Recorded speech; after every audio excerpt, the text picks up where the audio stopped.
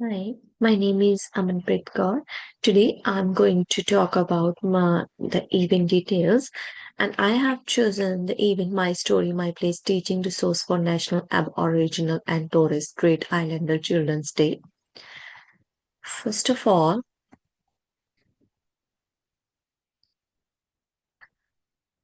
yeah, the event that is about Aboriginal Torres Strait Islander children.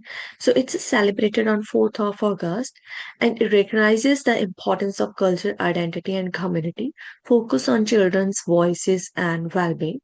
It means that this event is held to encourage such children who needs to show their identity, what their culture is, how their community survives, and what are the things that can do they in their own country, how they can raise their voices, and how to take care of their well-being. Overview of the resource. Um, there are some of the materials that will be used, like story stones, yarning circles, storytelling prompts. So, stones could be used to make the stories by the children for telling about their family members. Like such one stone tells about this family member, second stone for this, third is for this. Use of materials, they're the smooth stones, non-toxic paint, paint brushes, leaves and sticks, basket, fabric mat, all are being used in this event. Sourcing materials, so how the materials are like collected. So stones are collected from the outdoor environment. So children are not encouraged to pluck the flowers, to pluck the leaves from the trees. The leaves which are fallen from the trees, children are encouraged to pick them up so that they can use them in their activity. Natural materials gathered respectfully, not disrespectfully.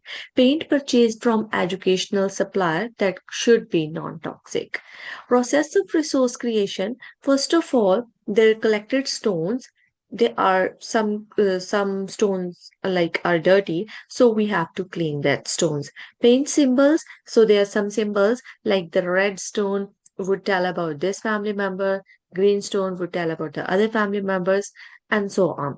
So family, animals, and natures. So they are the paint symbols to encourage the children. Next, after painting, there's a need to dry those stones and store in a particular place.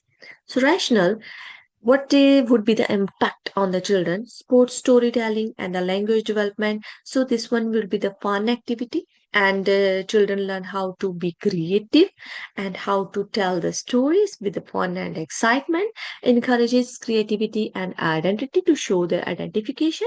Uses natural materials for sensory learning. Embedding indigenous perspectives. Yarning circle approach, like how to yarn the circle, how to tell the story, respect for storytelling traditions, focus on identity and belonging. Intentional teaching strategies are being used. So modeling storytelling, asking open-ended questions like what would happen if we will do this, and what's the motive of this, how we can do this, encouraging the participation. Some children are like very hesitated to speak in front of others, but with the fun and excitement and the entertainment process, they automatically participate in the process. Sporting language, inclusive learning environment, respect for all cultures. Every child has a voice, safe and sportive space. Child learning outcomes, there are some outcomes which are from the EYLF, identity outcome 1, communication outcome 5, and the belonging. The conclusion is that the whole process that encourages the children to participate more and more with fun and excitement, to be creative, to refine their skills, so promote cultural understanding with the story as well as the fun, sports creativity and identity, how to be creative by using the paint brushes, how to creative by yarning a circle, encouraging storytelling. So most of the children would speak, would tell, would be excited to tell their story. And this one is the wonderful process for having the participation of all children. Thank you so much. That was all.